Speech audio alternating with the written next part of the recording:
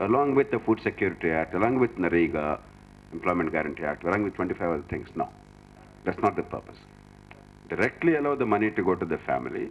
Trust the family's judgment. After all, that's the basic philosophy that the people know best what is in their best interest. But in select areas like education, healthcare, because you can't simply give money and say let the market forces prevail, the government has to play a very proactive role to do the right thing. Now, if that is the kind of approach we take, then cash transfer is a sensible thing.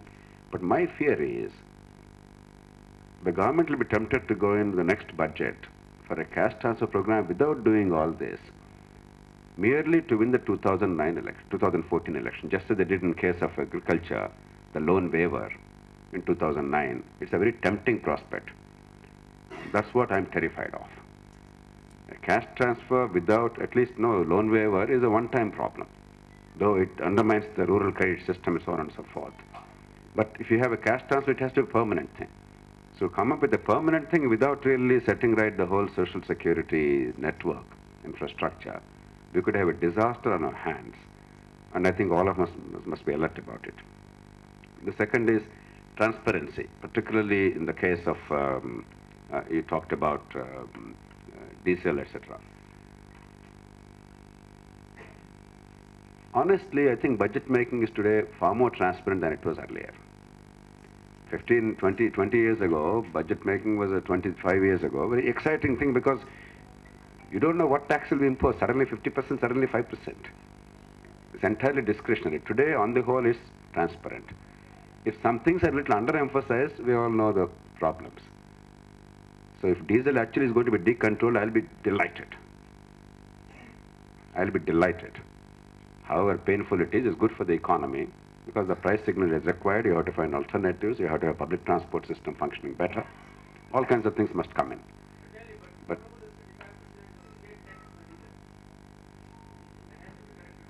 no, that's true. That's true. I'm not denying it. But again, no. In a complex federal setup, everything is a mess. But in a broader sense, you must have better energy pricing in order for India to move from position A to position B. And if you don't look at that, we're in trouble.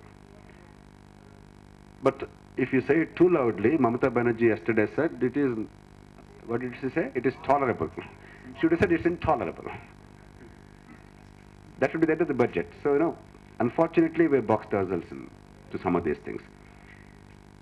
Reforms and capital flight. What you're really talking about is a bad governance. Partly, even if you have the best possible governance, there will be some capital flight because United States, nobody can accuse it of bad governance. Capital does go to other countries. Because in a globalized economy, money chases profits. If there's a better opportunity in Australia, it'll go there.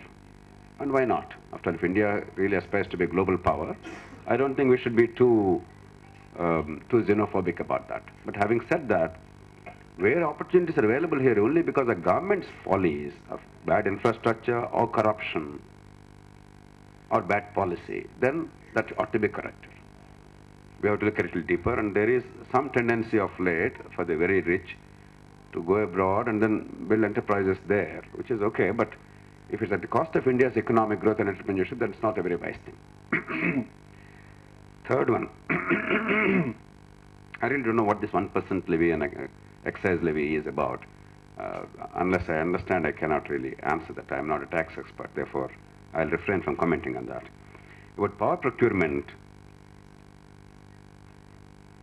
I understand the problem, but it's a larger problem of procurement. One thing that we must insist on the government to do is go in for significant improvement in procurement systems and in terms of tax assessments and in terms of allocation of natural resources. These are three areas.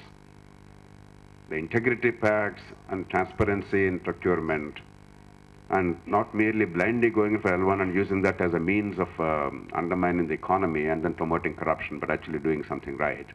It requires much more nuanced system. But equally, I'm happy to tell you that two things that we have recommended recently. I've talked to the parliamentary committee in detail on these subjects.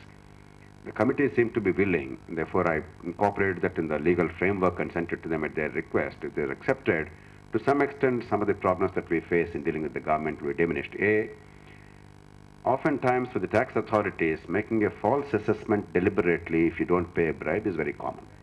You all know that. They'll come and say, look, I know this is wrong, but no, if you don't pay a bribe, I'll simply do this, and you go to appeal. Appeal means you have to deposit X amount, wait for years and years, you know the harassment.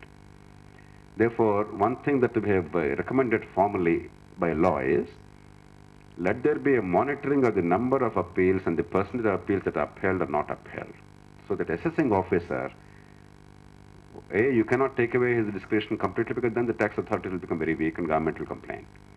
But at the same time, there must be some check, independent check on what's happening on tax assessments and the subsequent the legal consequences. Accountability. The second thing is, I know of cases of whistleblowers, people who have actually talked about corruption and complained, and corrupt fellows were caught, but the industry ultimately was destroyed. If you are a supplier, then they all gang up in some manner or other. They'll more or less blacklist you, and they'll make sure that you cannot supply. So what we are again asking, I've also talked to former Chief Vigilance Commissioner Shankar and others before incorporating this in law, is that for any such case of whistleblowers, it shall be obligatory for the Central Vigilance Commission, this is in terms of the Government of India. In case of state, it has to be Lokaयुक्त or somebody, Central Vigilance Commission, to monitor for 3 years what happened to that industry vis-a-vis that Government of India enterprise or department. If for the next 3 years suddenly no procurement from that industry, no business for that industry, then obviously there is malafide. Now, not that everything will be set right overnight, but these two things, I have been thinking hard for years. Now there's an opportunity, therefore I placed it before the parliamentary committee. They've agreed with me. They said, you please draft the bill as if it's our bill and we'll accept it. I sent it to them. Let's hope that they will do something about it.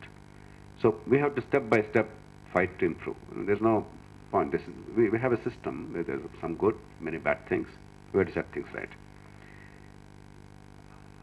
Continuous rise in taxes and the dangers, I am not in a position to accept that argument.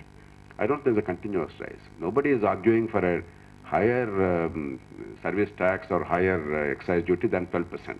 We had 12%.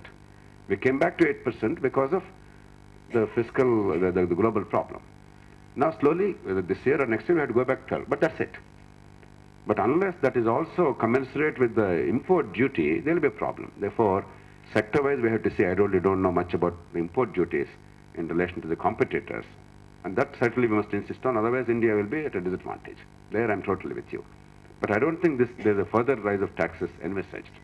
Broadening is possible, but I don't think there's going to be a greater taxation incidence, either income tax or excise. Now India has come to a plateau. 30% highest income tax, 12% highest excise duty, except in case of the non-merit or demerit goods like smoking, etc., that we'll leave it outside, liquor and smoking, etc. Agriculture, I entirely agree with you. The purchasing power is what's required, and you undermine agricultural economy, industrial economy also is hurt. Your point is absolutely well taken. And the liquor, this state is a prime example of what's happening to rural economy because of liquor incomes. 22,000 crores is the income to the government on liquor. You only count excise, often that's about 7 or 8,000. That's only a small part. There are 4 components. You have the license fee, you have the privilege fee of the Beverages Corporation, you have the VAT, and you have the excise duty. The 4 together is 22,000 crores this year. It's a huge, huge source of income. And the plan versus non-plan. You know, that classification actually is outdated. For instance, Employment Guarantee Act, this year they have shown some 30,000 crores plus. Last year they were allocated 40,000 crores. They're showing it as plan expenditure. So it's just whatever occurs to them at a point of time. There's no real rationale. The more sensible thing is capital versus consumption expenditure. How many capital assets have been created? What is the value of that? So plan, non-plan, don't bother too much about revenue expenditure. There's plan expenditure, there's non-plan expenditure. Capital expenditure and plan and non-plan both.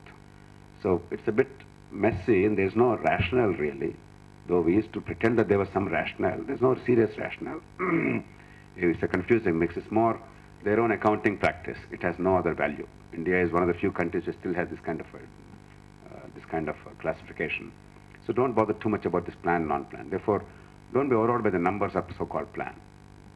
Unless you go a little more into detail, what the allocation indicates actually, what its purpose is, what the outcomes are.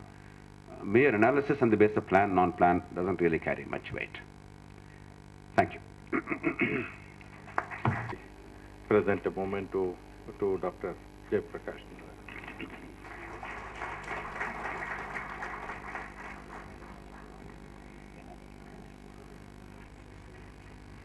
Maybe a few of his own observations. Thank you. Just give a couple of comments before my vote of thanks. I think there has been a lot of talk today about subsidy and taxes. So let me talk about subsidy. The government of Pranab Mukherjee has said that this year the subsidy is going to be capped at 2%. I think if we can cap it at 2% permanently by law, it will be a great thing, a great service to the country.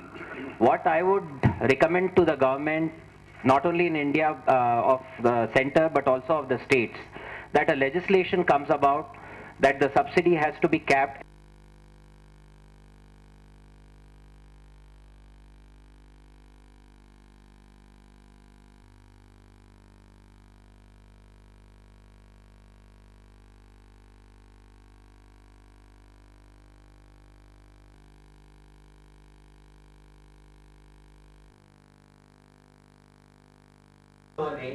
Oil subsidy which was planned was at a short of more than even what they planned.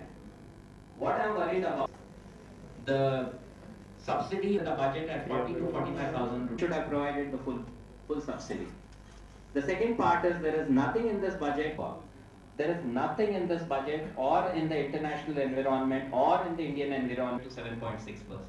And any reduction in this growth will once again affect the budget figures, and therefore, and the impact of deficit is that the borrowing of the government will go up. It's already at 4.79 lakh crore. Going to keep quiet if the inflation is high or the borrowing of the government is high.